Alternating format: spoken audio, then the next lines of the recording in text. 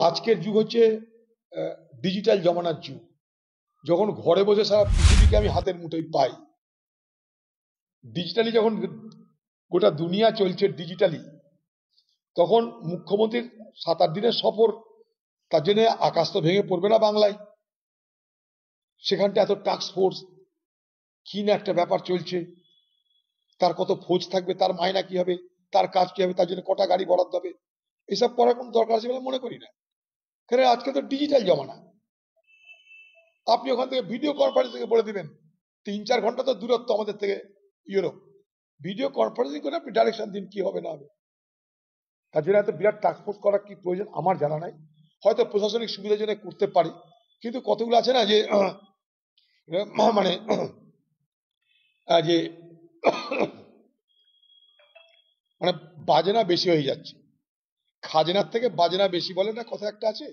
এখানে খাজনার থেকে বাজনা বেশি করছে মমতা ব্যানার্জি, যাতে সবাই জানে যে মুখ্যমন্ত্রী যাচ্ছেন বিদেশ সফরে।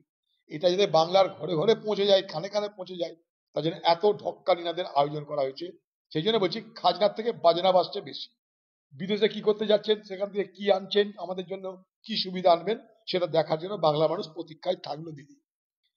বিদেশ থেকে আপনি চকলেট আনছেন, না শিল্পপতি আনছেন, না পুঁজি আনছেন, কি বলতে চাইছেন, কি করতে চাইছেন, কি বাংলার জন্য কি ভাবছেন, সেটা আমরা জানার জন্য প্রতীক্ষায় থাকলাম। আরে বিদেশে গিয়ে অন্তত বাংলার ছেলে মেয়েদের যাতে স্টাইপেন্ড দিয়ে,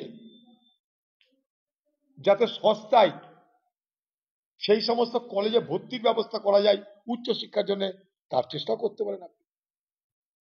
স্কলারশিপ, স্টাইপেন্ডের ব্যবস্থা যাতে হয় বিদেশের কাছে গিয়ে বাংলার ছাত্রছাত্রীদের জন্য, সে দাবি আপনি করতে পারেন, করুন। তাই আমরা অপেক্ষা করব আপনি কি নিয়ে আসছেন বিদেশ থেকে। ইউরোপ যে যাচ্ছেন যান, কিন্তু কি নিয়ে আসছেন আমরা দেখতে চাইবো। আপনি কিন্তু আসার পর বলবেন যে আপনি কেন গেলেন, এক, তার জন্য সরকারি টাকা কত খরচ হলো, দুই, তার বিনিময়ে আপনি বাংলার জন্য কি নিয়ে এলেন, তিন। আমরা তিনটে বিষয় বাংলা মানুষের পক্ষ থেকে আপনার কাছে জানতে চাইছি।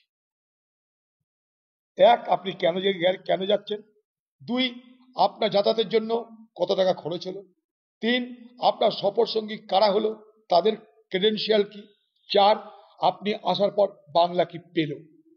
এটা আমাদের জানার দায়িত্ব, অধিকার আছে।